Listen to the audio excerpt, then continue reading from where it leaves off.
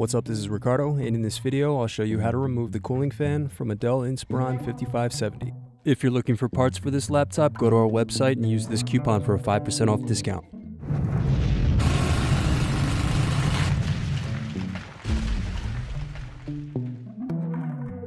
First, unscrew and slide out DVD optical drive. Then unscrew and remove bottom base.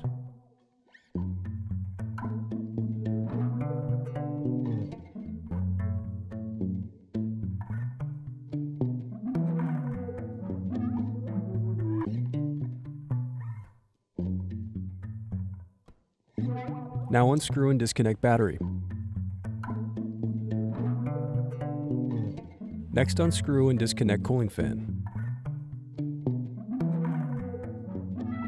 Thanks for watching. Don't forget to like and subscribe if you enjoyed this video. And if you need more, check out this playlist to watch other tutorials for your laptop.